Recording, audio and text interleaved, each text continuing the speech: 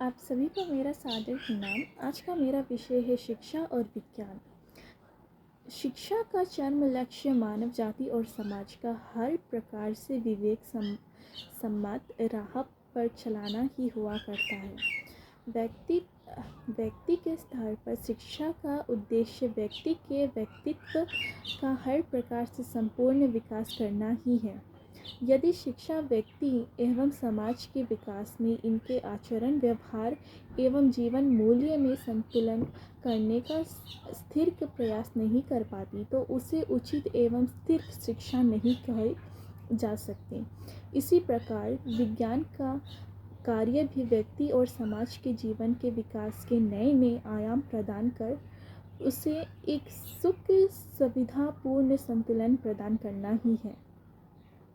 इसी प्रकार उसकी दृष्टि को व्यापक बनाना, मन मस्तिष्क के बंद पड़े या संकीर्ण द्वारों पे खुलापन लाना भी विज्ञान का ही एक कार्य है।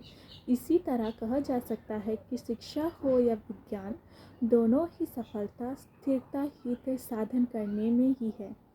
अब देखना यह है कि शिक्षा विज्ञान में कोई सीधा संबंध है भी या नहीं, फिर दोनों शास्त्रों एवं विषयों में कोई सीधा संबंध स्थापित किया जा सकता है या नहीं।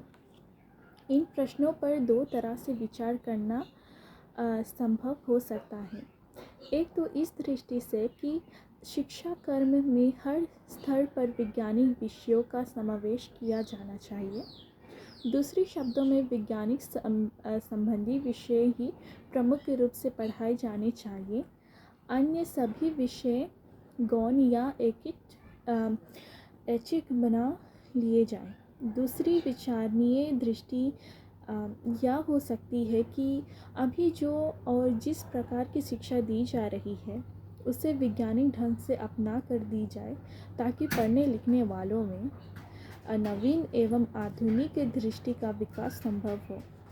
आधुनिक ढंग से जीवन जीने की कला सभी को समान स्तर पर आ सके। पहली दृष्टि यानी कि समूची शिक्षा, उसके सभी विषयों के बाद में देकर केवल विज्ञान संबंधित शिक्षा को ही लागू किया जाए यह उचित प्रतीत नहीं होता।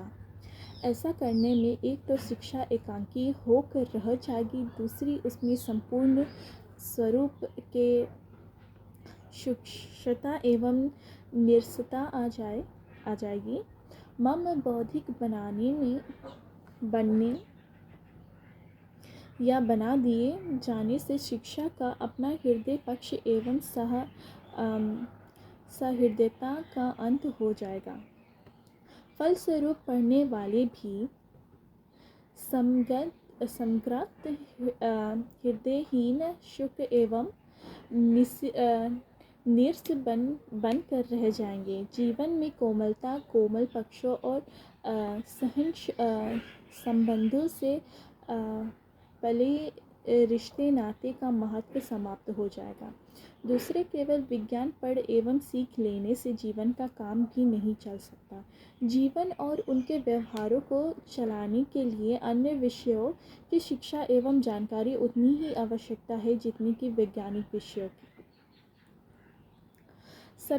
सभी की शिक्षा को उचित एवं व्यवहारिक संतुलन देने से ही उनका अपना और जीवन का वास्तविक महत्व बना रह सकता है।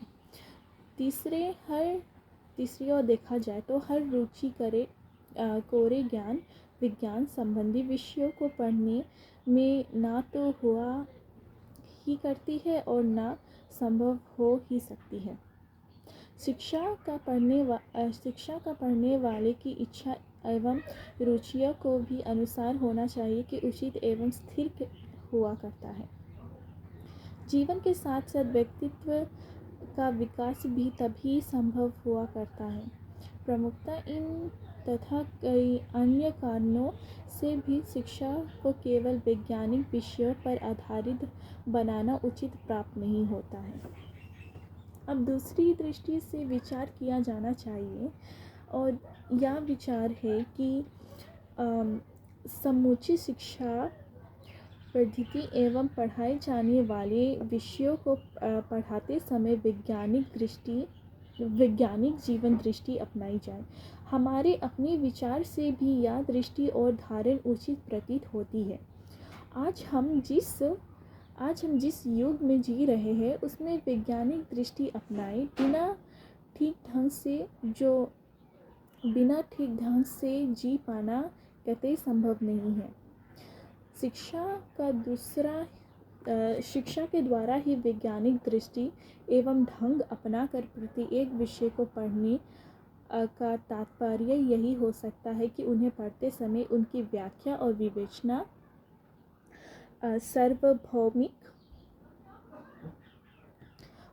सार्वभौमिक और एवं युगीन व्यवहारों के संदर्भों के साथ जोड़कर की जाए, ताकि शिक्षा केवल किताबी ज्ञान ना देकर व्यवहारिक ज्ञान का भी स्रोत बन सके।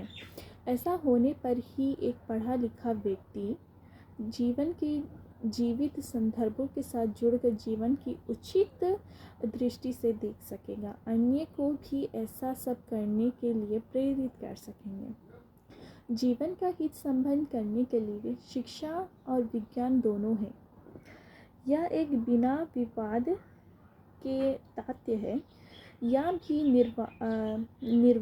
निर्विवाद है कि इन दोनों की सफलता स्थिरता और युग निरूप विचारण में ही है। आज का युग ही जब वैज्ञानिक कहलाने लगा है तो शिक्षा को भी अन्य संदर्भों की तरह उसके बाद देखकर कैसे रहा जा सकता है। फिर आज तो साहित्य तक के सृजन में वैज्ञानिक दृष्टि को अधिकाधिक महत्व दिया जा रहा है। एक यही वह विषय है जिसको पढ़ते समय वैज्ञानिक ढंग अपनाना कठिन प्रतीत हो सकता है और या हो सकता था, पर साहित्य सृजकों ने स्वयं ही इस कठिनाइयों को दूर कर दिया है। अथवा वैज्ञानिक दृष्टि से सही ढंग अपनाकर शिक्षा दोनों की अब किसी तरह की कहीं कोई बाधा नहीं रह गई है। विज्ञान हो या शिक्षा, दोनों ही सहयोगी बनाकर या मानकर इन दोनों की सफलता स्थिरता तभी प्रमाणित की जा सकती है जब ये आधिकारिक तौर पर अधिक मानव कल्याण करें। ऐसा करने के लिए शिक्षा को वैज्ञानिक उसके माध्यम को वैज्ञानिक बनाना निश्चय ही आज की आवश्यकता है। धन्यवाद। मेरे बोलने में कोई भी कठिनाइयाँ हो तो मुझे क्षमा करिएगा और मेरा वीडियो देखने के लिए धन्यवाद।